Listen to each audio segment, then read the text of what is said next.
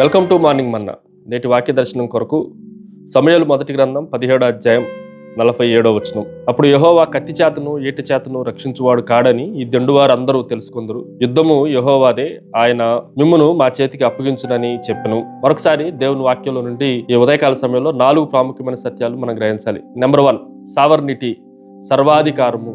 ఈ మాటను మనం జాగ్రత్తగా ఆలోచన చేస్తే యుద్ధము యెహోవాదే అని ప్రారంభించబడతా ఉంది. దేవుని వాక్యంలో యుద్ధము అనే దానికి చాలా శక్తి, సంపన్నత, అవసరతలు, రిసోర్సెస్లు ఇవన్నీ చాలా అవసరమై ఉంటున్నాయి. కానీ యుద్ధరంగంలో దావీదు గొలియాతు యొక్క ఎత్తును కానీ, గొలియాతు యొక్క బలమును కానీ, గొలియాతు యొక్క కవచమును కానీ, గొలియాతుకున్న అన్ని రకాలైన సర్వాంగ కవచాల గురించి ఏది ఆలోచించలేదు. కానీ వీటన్నిటికీ మించిన దేవుని యొక్క సార్వభౌమాధికారం పైన నమ్మిక ఉంచినట్లుగా యెహోవాదే యుద్ధము అన్నట్లుగా దావీదు పలికిన మాటలను మనం జ్ఞాపకం ఉంచుకోవాలి. ఉదాహరణకి ఒక వీధిలో నడుచుకుంటూ వెళ్తా ఉన్నప్పుడు తండ్రి పక్కన ఉంటే ఎంత పెద్ద కుక్క మురిగిన ఆ పిల్లవాడు భయపడినట్లుగా దేవుడు తన యుద్ధాన్ని ఆయనే జరిగిస్తున్నప్పుడు ఒక విశ్వాసిగా మనం భయపడాల్సిన అవసరం లేదు, మన ఎదుట ఎంత పెద్ద గొలియాతులు ఉన్నప్పటికీ. రెండో విషయాన్ని మీకు జ్ఞాపకం చేస్తాను. ఇట్ ఈజ్ ఏ సాల్వేషన్, రక్షణ. చాలా సందర్భాల్లో రక్షణ కత్తి చేత కానీ ఈట చేత కానీ రాదు అన్న విషయాన్ని ఈ వచనం చాలా ప్రస్ఫుటంగా మనకి జ్ఞాపకం చేస్తూ ఉంది. లోకం ఏమని చెప్తుందంటే రక్షించబడటానికి వనరులు కావాలి, రిసోర్సెస్ కావాలి అని జ్ఞాపకం చేస్తూ ఉంటుంది. అంటే కత్తులు, ఈటలు, వీటిలన్నిటినీ, యుద్ధ సామాగ్రి ఉంటేనే యుద్ధంలో మనం విజయం పొందటానికి అవకాశం ఉంటుంది అని చెప్తూ ఉంటుంది. కానీ దేవుని వాక్యం మనకేమని జ్ఞాపకం చేస్తుందంటే దేవుడు శూన్యంలో నుండి సమస్తాన్ని సృష్టించిన వాడు, ఆయనకి కత్తులు ఈటలతో సంబంధం లేదు, అవసరం కూడా లేదు అన్న విషయాన్ని మనం గ్రహించాలి.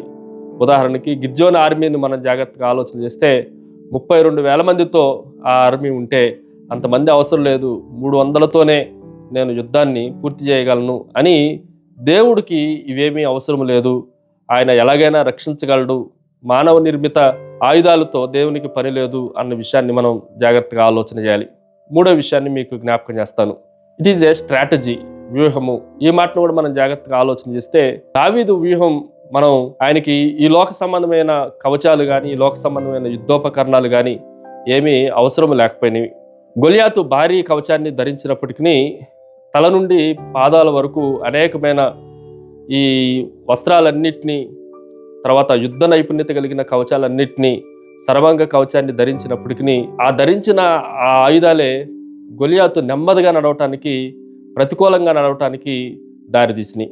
కానీ దావీదు చేతులు ఏమీ లేనప్పటికీ దేవుడు యుద్ధాన్ని కలగజేసేవాడు గనుక ఒకే ఒక గురితో ఒక రాయితో కొట్టినప్పుడు అది చాలా వేగంగా దావీదు కదలటానికి అవకాశం ఉంది. దేవునికి ఒక స్ట్రాటజీ ఉంది శత్రువుని గెలవటానికి. ఆ స్ట్రాటజీ ఏంటి అని మనం జాగ్రత్తగా ఆలోచన చేయాలి. లోకం ఏం చెప్తుందంటే తలుపుని బద్దలు కొట్టైనా సరే నువ్వు తలుపులు తెరుచుకో, పెద్ద సుత్తి వాడు అని చెప్తా ఉంటది. కానీ దేవుడు ఏం చెప్తాడంటే చిన్న తాళం చాలు ఆ పెద్ద డోర్ని ఓపెన్ చేయడానికి అని చెప్తా ఉంటాడు. ఈ స్ట్రాటజీ కూడా వాక్యము, ప్రార్థన, విశ్వాసం అనే చిన్న వాటితో పెద్ద యుద్ధాలను మనం జయించగలము అన్న విషయాన్ని గ్రహించాలి. Finally it is a shield, కవచము.